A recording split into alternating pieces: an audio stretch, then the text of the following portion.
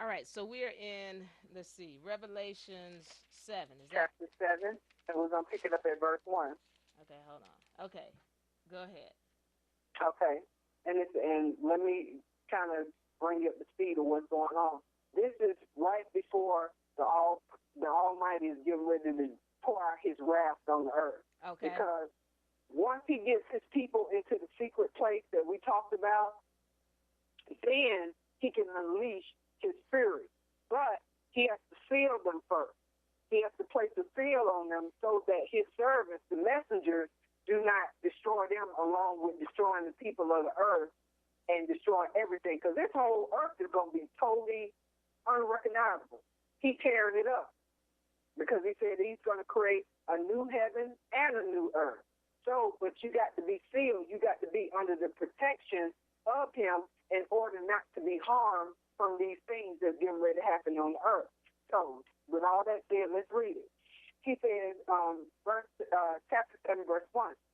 After this, I saw four messengers standing at the four corners of the earth, holding back the four winds of the earth, so that no wind should blow on the earth or on the sea or any tree, as they get ready to start destroying.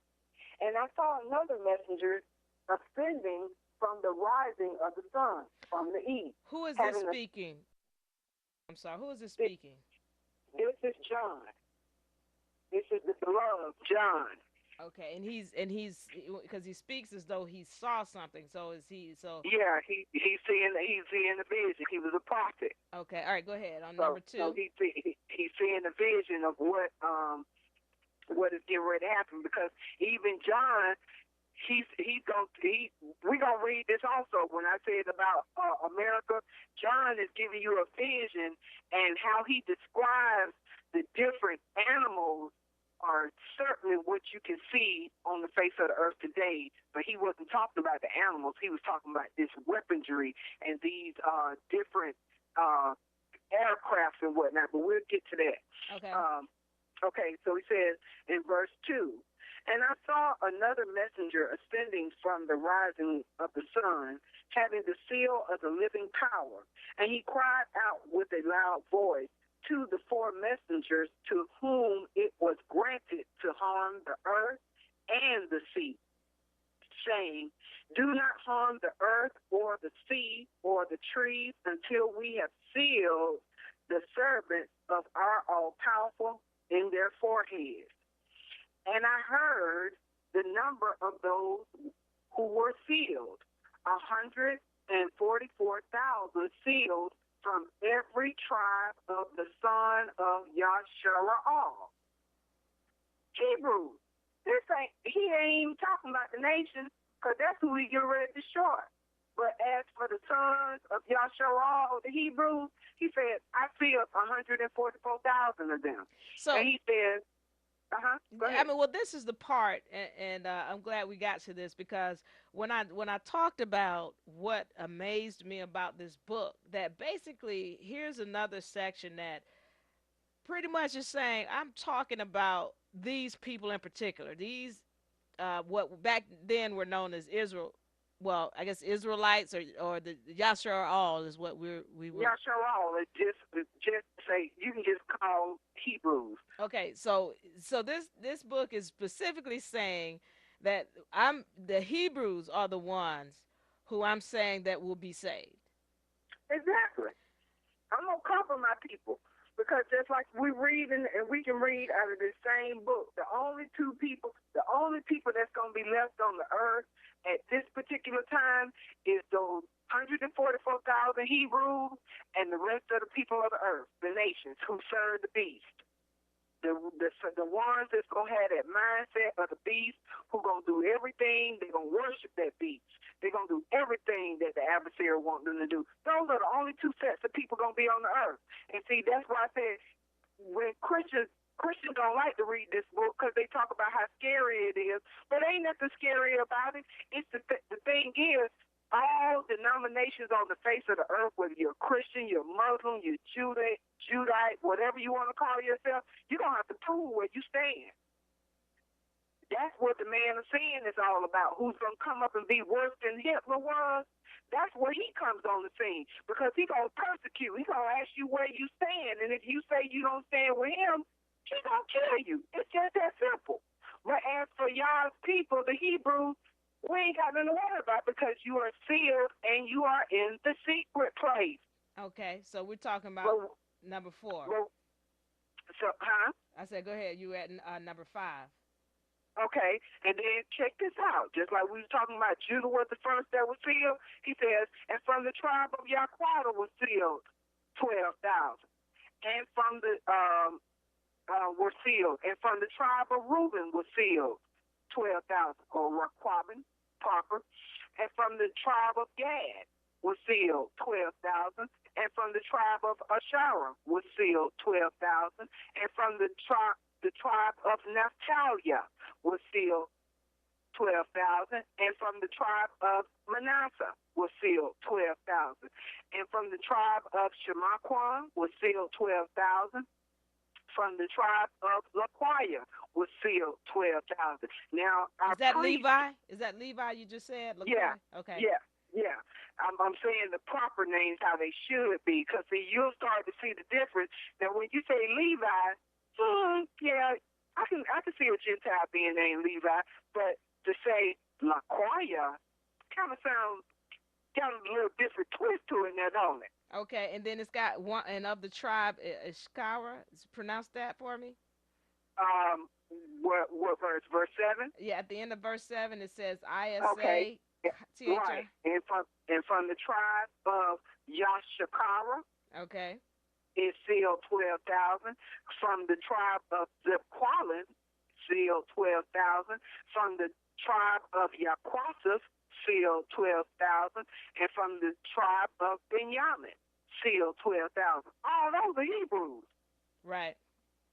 All those are Hebrew people. So the Jews ain't got no claim to this. He ain't said nothing about no Edomite being a part of the 12,000.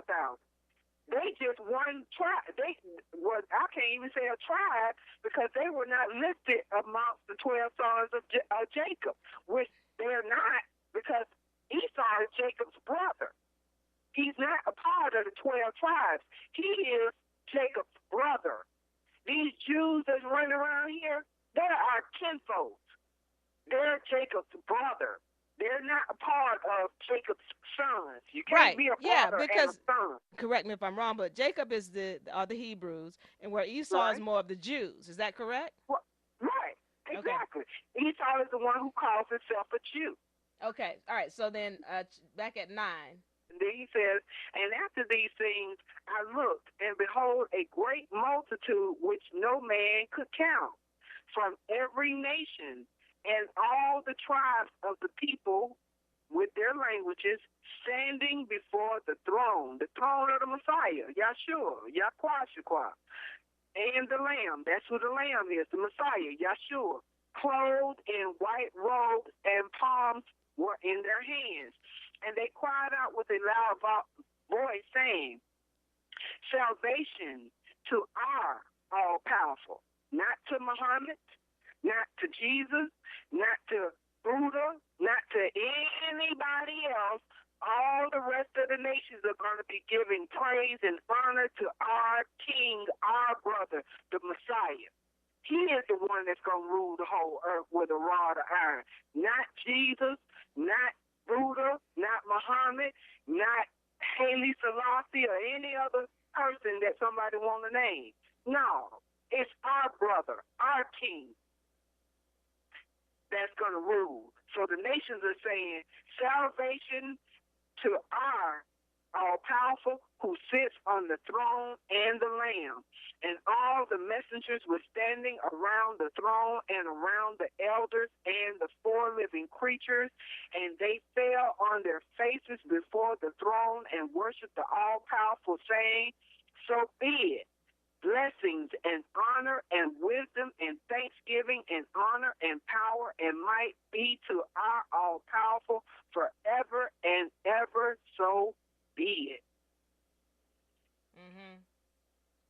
And I just wanted to, stop right there. We can read even further, but I just wanted to stop right there to answer to your to that. Who are the 144,000? The 144,000 are all Hebrews. They're not of any other nationality. They are all Hebrews. So then let me to make it plain and simple, they are black folks. okay. So let me They oh, not of any other nationality. so all of these okay, let me ask you this. All of these nations or let me see, the tribes that were named in here, they are from, they're here in the United States, or are they any other place on in the world? No, now see, the only ones that will probably be here in the United States is the tribe of Yaquata, the tribe of Laquia, Benjamin, Judah, and Levi. Those would be the three, because remember, the other 10 they were taken into the Assyrian Empire and have been a part of the Assyrian Empire ever since 722 AD. Okay, and so later on, I do want to break down that all of these, because I see, and forgive me because I'm not fully understanding how to pronounce these as Hebrew, but I'm seeing Judah, Reuben, Gad, Asher, Right. Nepthal, Manasseh, Naphtali, Simon, Levi, Issachar, Zebulon. Zebulon, Joseph, and Benjamin. I want Right. to, I do want us to later on break down, those tribes with the map that we have, so we can show where they came from, if that's okay, later on. Hello? Okay. Yeah. Okay, Okay. because see, I have a map with like the land that they're living on now in our ancestral homeland.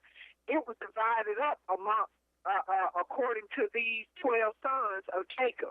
Okay. So these are the 12 sons right here. Two, These are the 12. 4, These are the 6, 12 8, sons of 10, Jacob 12. who make up what they call the 12 tribes. Okay. Jacob being the Hebrews. Jacob being the Hebrew, he All was right. he was the son of Isaac. Remember, his twin brother, Jacob's twin brother, is Esau. Esau is the one who claims to be the Jew. All right. Good. All right. So All right. we're going back to Genesis. I mean Jeremiah, Yeah. Let's flip back and we were back to down at Jeremiah. 21. We was 50, at 50, where we were 21. at 31. 50, 21. Okay. Okay. You ready? Yeah. And check out these names, because I'm gonna tell you what these names mean in Hebrew. See, that's why learning our language is very important, because it's giving you insight into some things that you don't get in English. Okay. Verse 21, it says, attack the land of Mithraim.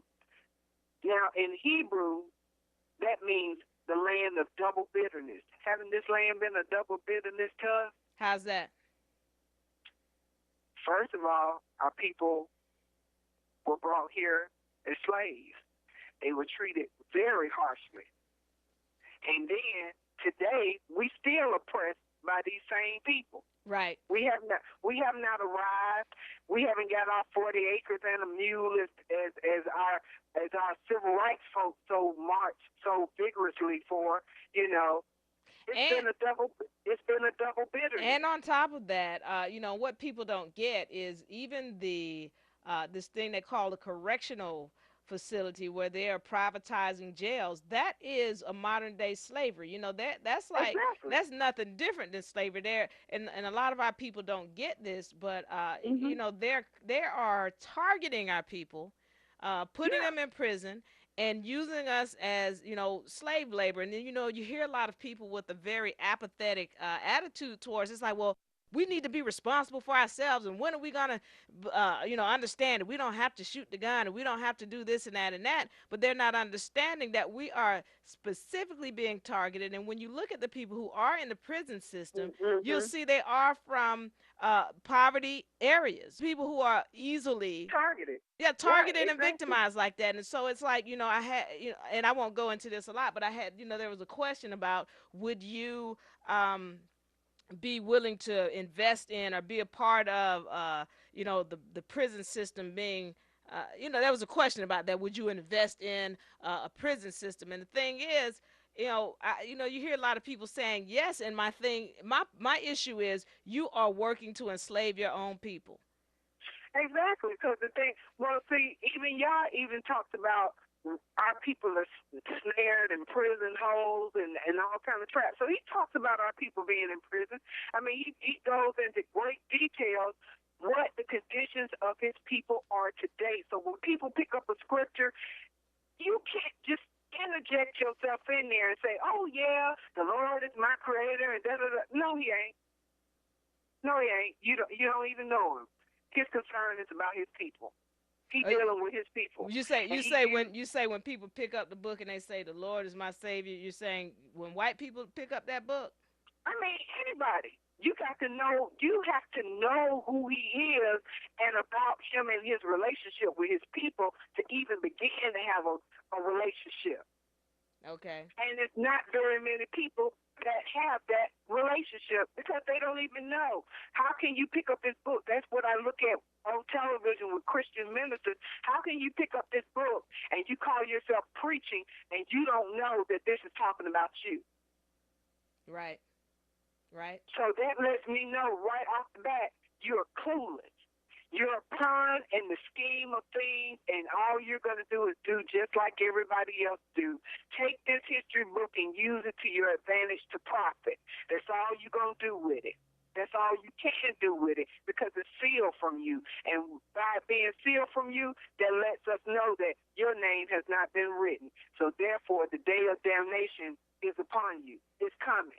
You're going to get a taste of this because you can't pick this up and just run with it and try to make a profit from it. That's why everything that we do, every publication we put out, every television show, all these things are what we call our labor of love because we are trying to educate our people and wake up our people. And you have to, and it takes time. You have to study. You have to sit down. You got to be up late night studying. You got to do research. You got to go to bat for your people. You got to show them that there is a better place for us. It's a hope for us. This is not our destiny. This is not all that life has to write in our history for us, that we were in this land, we're going to be slaves, and all we got to do is play the lotto and hope that we hit it big, and then we get to live like the Joneses too, or sell our souls, sell out, right, to be able to live. Let me ask you a question.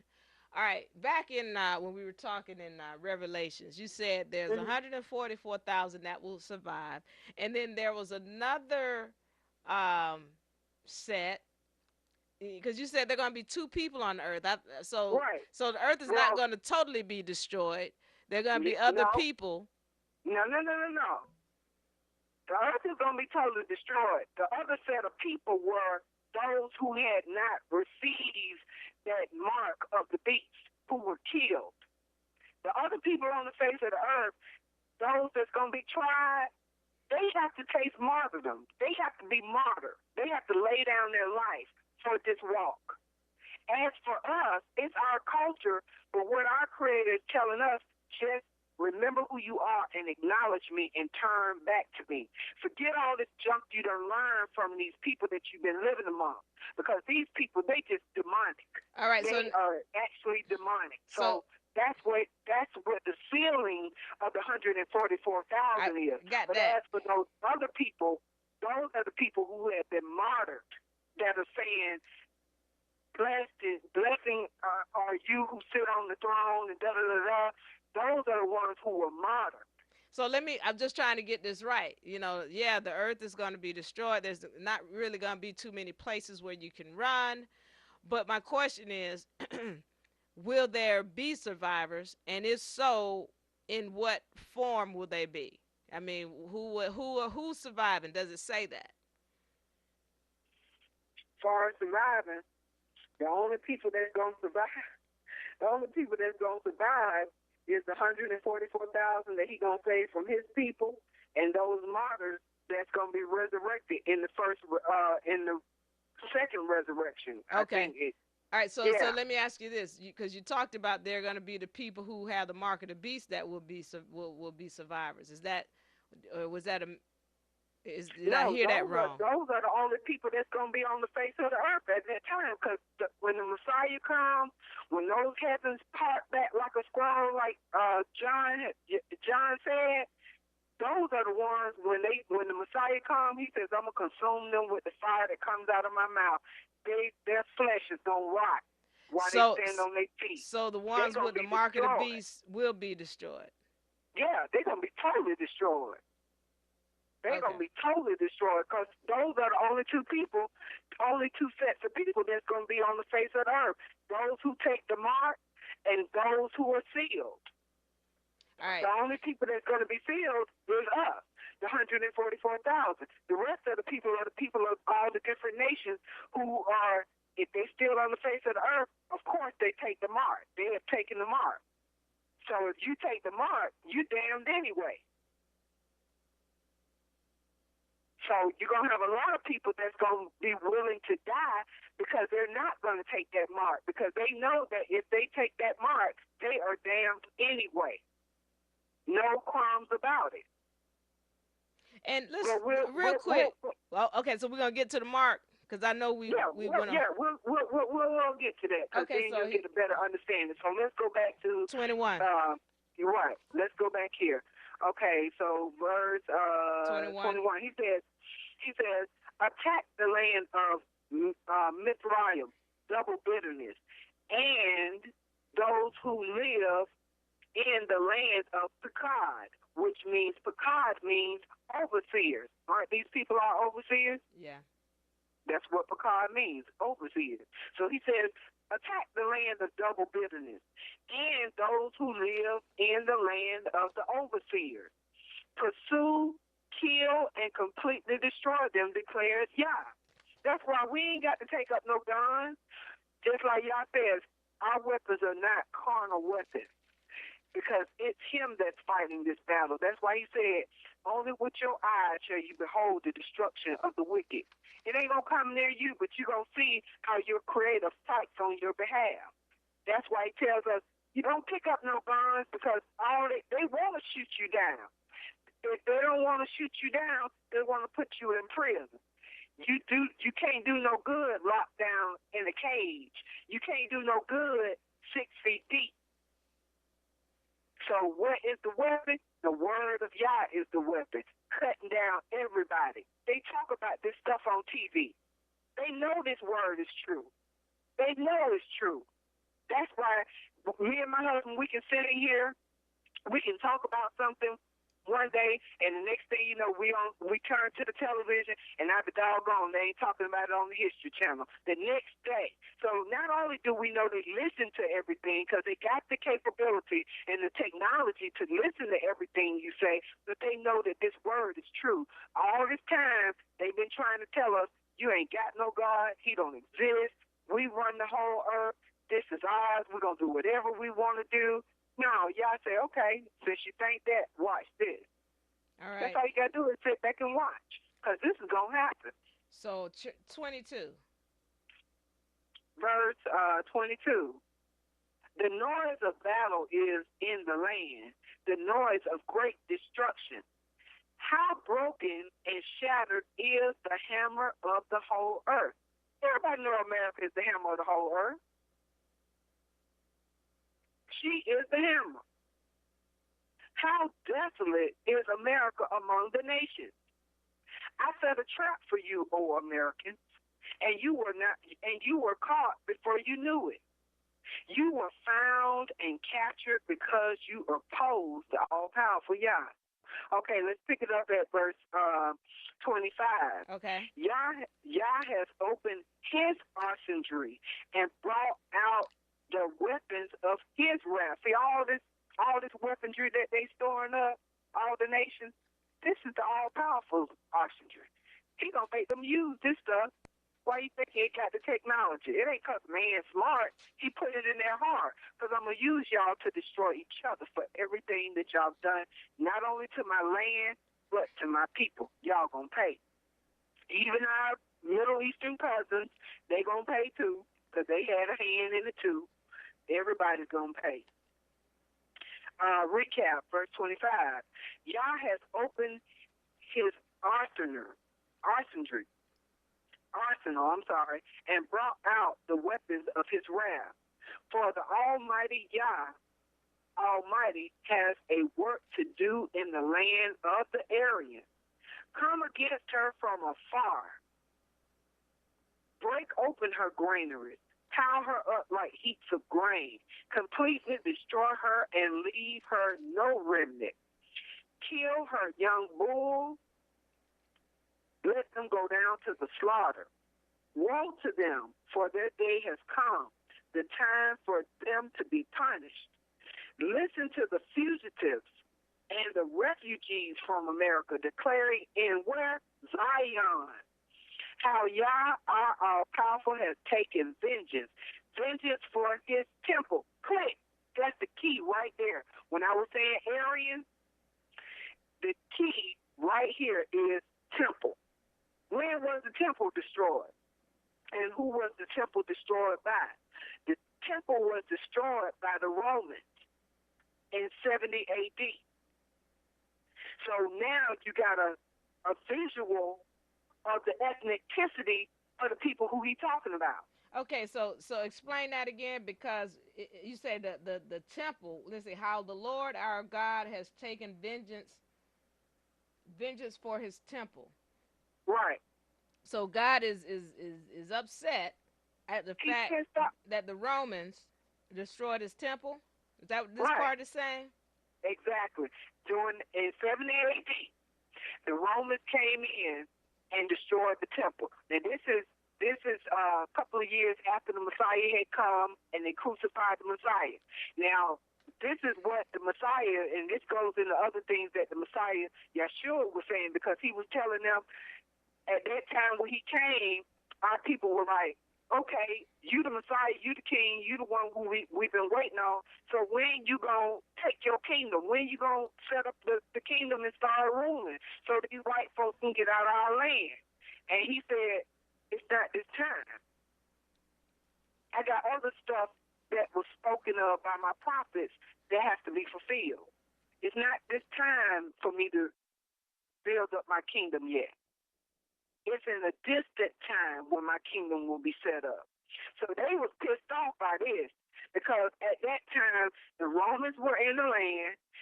They had taken control, and it's bad enough when you are captive in your captive's land. But when you're a captive in your own house, you got somebody in your own house telling you what you can and what you can't do. That's pretty bad. So when the Messiah came, that's what they thought. That's what he was coming to do, was set up the kingdom and get rid of all these white folks that was in the land. But that wasn't their time. And so they were pissed off, and what they did, they conspired with the Jews, Esau, to kill the Messiah. And that's what our people did. But some of his people that followed the Messiah, they were like, the temple was great, beautiful.